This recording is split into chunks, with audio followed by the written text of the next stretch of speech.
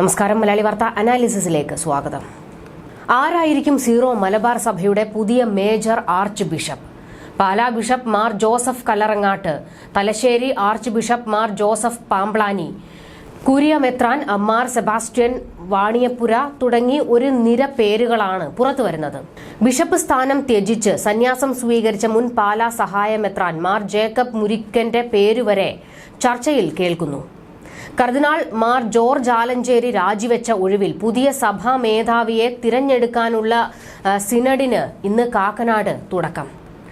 എറണാകുളം അങ്കമാലി അതിരൂപതയിലെ കുർബാന തർക്കവും കർദിനാൾ ജോർജ് ആലഞ്ചേരിയുമായി അവർക്കുള്ള ഭിന്നതയുടെയും പശ്ചാത്തലത്തിൽ എറണാകുളം രൂപതയ്ക്കും എറണാകുളത്തെ എതിർക്കുന്നവർക്കും സമ്മതനായ ഒരു ബിഷപ്പിനെ പുതിയ സഭാ തലവനായി കണ്ടെത്താനുള്ള തീരുമാനമെടുക്കാനാണ് സീറോ മലബാർ സഭയിലെ ബിഷപ്പുമാർ ഒരുമിച്ചു കൂടുന്നത്. ആര് പുതിയ സഭാ മേധാവിയായാലും സീറോ മലബാർ സഭയിലെ തർക്കങ്ങൾക്ക് പരിഹാരത്തിനുള്ള സാധ്യതകൾ കുറവാണ്.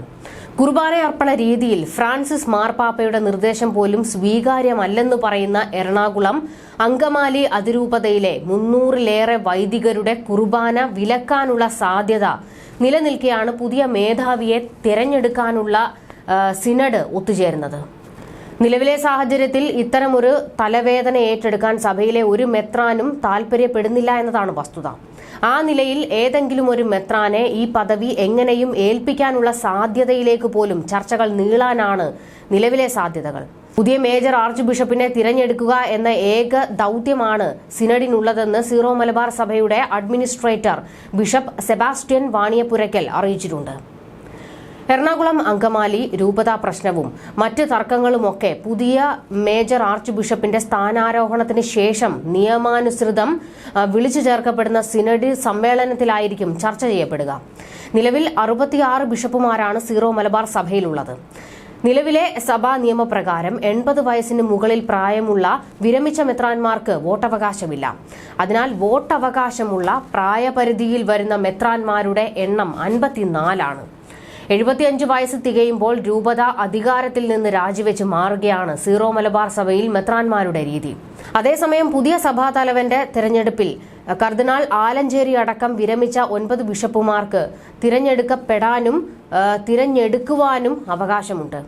ഇതിൽ മേജർ ആർച്ച് ബിഷപ്പ് സ്ഥാനം ഒഴിഞ്ഞ കർദിനാൾ ജോർജ് ആലഞ്ചേരി സിനഡിൽ നിന്ന് വിട്ടുനിൽക്കുമെന്ന് വ്യക്തമാണ്. സന്യാസ ജീവിതം നയിക്കുന്ന പാലാ മുൻ സഹായ മെത്രാൻ ജേക്കബ് മുരിക്കൻ പങ്കെടുക്കുമോ എന്ന് ഉറപ്പില്ല.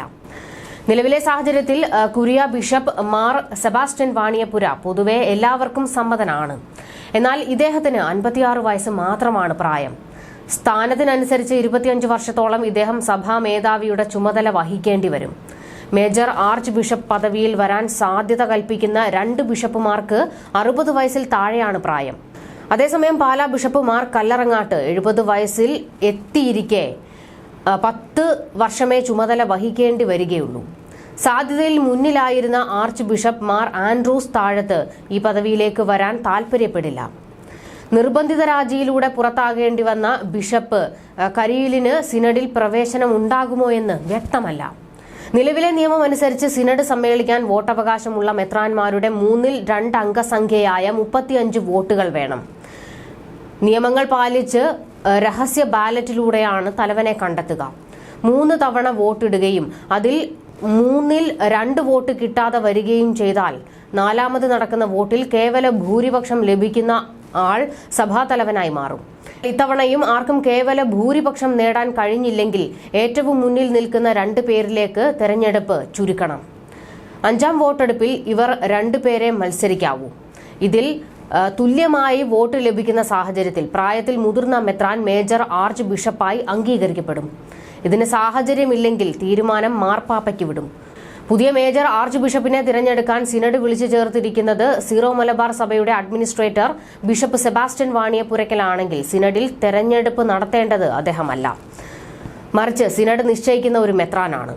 സാധാരണ സിനഡിലെ ഏറ്റവും മുതിർന്ന അംഗമാണ് ആ ചുമതലയിലെത്തുക. ഈ ചുമതലയിലുള്ളവർ സാധാരണ മത്സരത്തിന് താൽപര്യപ്പെടാനിടയില്ല.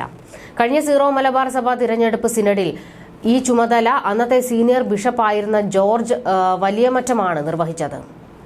ഇത്തവണ സിനഡിൽ പങ്കെടുക്കുന്നവരിൽ പ്രായത്തിന്റെ അടിസ്ഥാനത്തിൽ ഏറ്റവും മുതിർന്ന ആൾ കാഞ്ഞിരപ്പള്ളി മുൻ മെത്രാൻ മാർ മാത്യു അറയ്ക്കലാണ്. എന്നാൽ മെത്രാൻ സ്ഥാനത്തിന്റെ അടിസ്ഥാനത്തിൽ സീനിയർ മെത്രാൻ കല്യാൺ രൂപത മെത്രാനായ തോമസ് ഇലവനാലാണ്.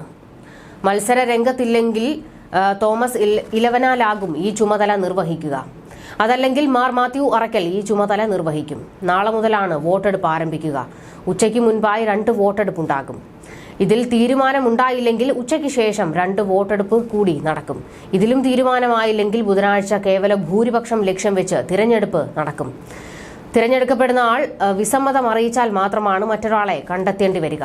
തിരഞ്ഞെടുക്കപ്പെട്ട ആൾ അന്നു മുതൽ അധികാരം കൈയാളണമെന്നില്ല. സഭാതലവന്റെ സ്ഥാനാരോഹണ ചടങ്ങ് വരെ ചുമതലകൾ തുടർന്നും അഡ്മിനിസ്ട്രേറ്റർ നിർവഹിക്കും. സ്ഥാനാരോഹണ ചടങ്ങിലെ മുഖ്യ കാർമ്മികനും അഡ്മിനിസ്ട്രേറ്റർ ആയിരിക്കും. എന്നാൽ അഡ്മിനിസ്ട്രേറ്ററാണ് ഈ സ്ഥാനത്തേക്ക് തിരഞ്ഞെടുക്കപ്പെടുന്നതെങ്കിൽ സഭയിലെ മുതിർന്ന മെത്രാൻ അഡ്മിനിസ്ട്രേറ്ററുടെ ചുമതലയിലേക്ക് വരും.